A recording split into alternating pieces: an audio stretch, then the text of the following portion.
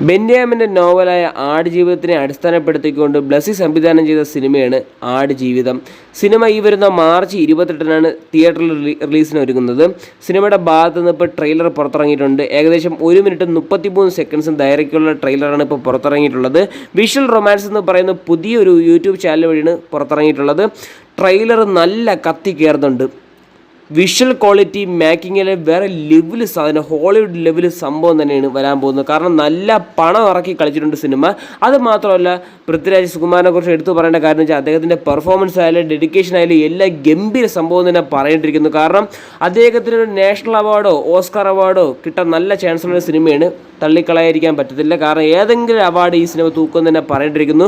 Trailer ഗംഭീര സാധനമാണ്. അപ്പോൾ നിങ്ങൾ ട്രെയിലർ ഇതുവരെയൊക്കെ കണ്ടിട്ടില്ലെങ്കിൽ ചെന്ന് കണ്ടു നോക്കുക. വിഷ്വൽ റൊമാൻസ് എന്ന് പറയുന്ന പുതിയ യൂട്യൂബ് ചാനൽ വഴിയാണ് ഇറങ്ങിയിട്ടുള്ളത്. ട്രെയിലർ കത്തി കയറുന്നുണ്ട്. വീഡിയോ ഇഷ്ടപ്പെട്ട ലൈക്ക്, ഷെയർ ആൻഡ് സബ്സ്ക്രൈബ്.